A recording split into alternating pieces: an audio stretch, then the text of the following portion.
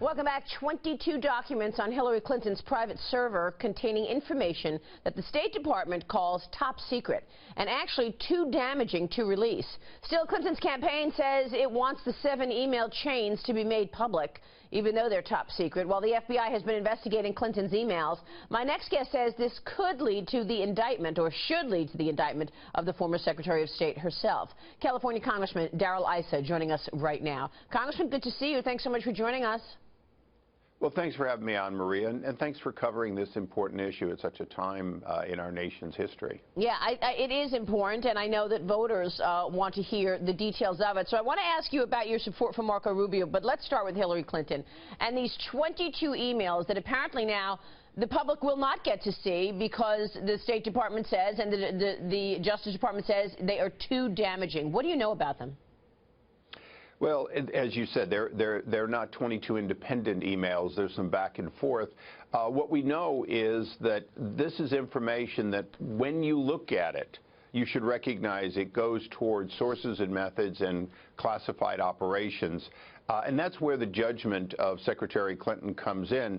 She would have you believe that over 1,300 documents that needed to be redacted for sensitive classified information, that as they were going back and forth between Huma and other people, including apparently 18 emails that went back and forth to the president, that she never recognized not one of these as material that should be classified, that should not be on her personal server, that should not be removed from the government when she left office.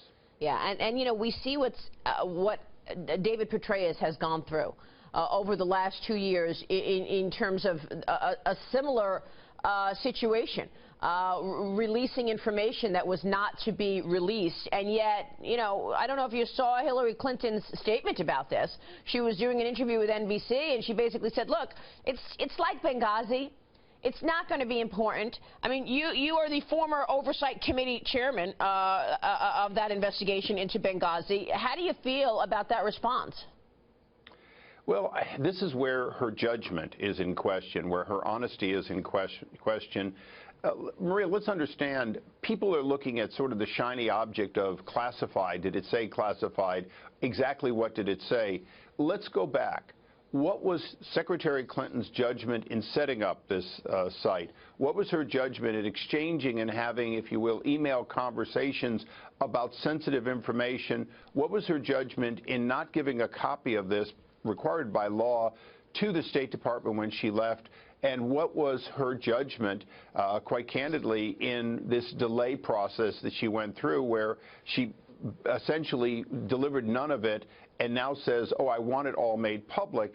The fact is, I don't want it all made public. The information that is sensitive, I'd like the Select Intelligence Committee to see it, but I want to make sure that it's not made public, because that's exactly what she's got to be held accountable for. When you fill an elected official or an appointed official's head full of highly classified and sensitive information, they're not required to live up to when it says secret or top secret on a document. They're required to keep those secrets for life, not say them on the air, not put them in a book, and candidly not take them with them when they leave government. You think that the FBI director, Jim Comey, would like to indict both Hillary and Huma Abedin, her aide?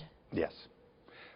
For more than 15 years during my service in government, I've watched the basis under which U.S. attorneys and the Attorney General and, of course, the FBI look for cases in which people's judgment, where they've knowingly done things wrong, make for good prosecutions. This, if it were anyone other than Hillary Clinton, would be that case. You have somebody whose basic wrongdoing led down a road to the communication back and forth, and then effectively removed it from government hands, kept it, and even today, you know, is sort of lying in plain sight. You know, there's no one left to lie to in this case about, no, there were no classified documents. Yes, there was classified material.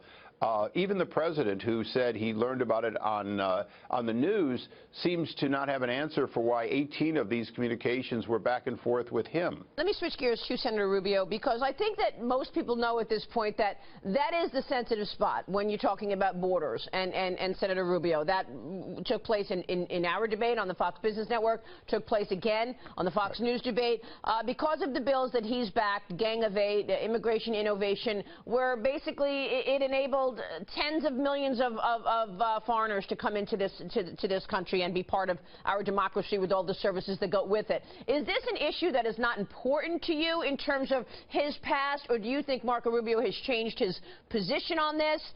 One, he said on television what we all know, which is just wishing that 12 million people would be swept away isn't going to do it. His position has always been any agreement has to secure the borders, stop the flow, remove criminal aliens, and then deal with those already here in an appropriate and humane way. Some will leave, some probably will stay. The American people know that, and he's not changed the position. What he's done is he's reached out both on our side of the aisle and the other side of the aisle, and tried to find a principled solution that would stop illegal immigration, secure our borders, and then begin dealing with those who are here in violation of our law, but in plain sight. You know, I'm strong on immigration reform. I've backed every single one of the attempts to secure our borders. So is Marco Rubio, and it's the reason he has so much support is that people want a president who will try to find a solution, but at the same time, they want somebody with the principles that he has, which are sometimes misstated by political opponents. But Marco Rubio has always been for securing our borders, stopping the flow of illegals, getting rid of criminal aliens, and then dealing with those already here. And you can have a discussion about that last part, but Marco's made it clear, without the first parts, there'll be no deal. Yeah, really great analysis. Congressman, good to have you on the program. Thanks so much. Thanks, Maria.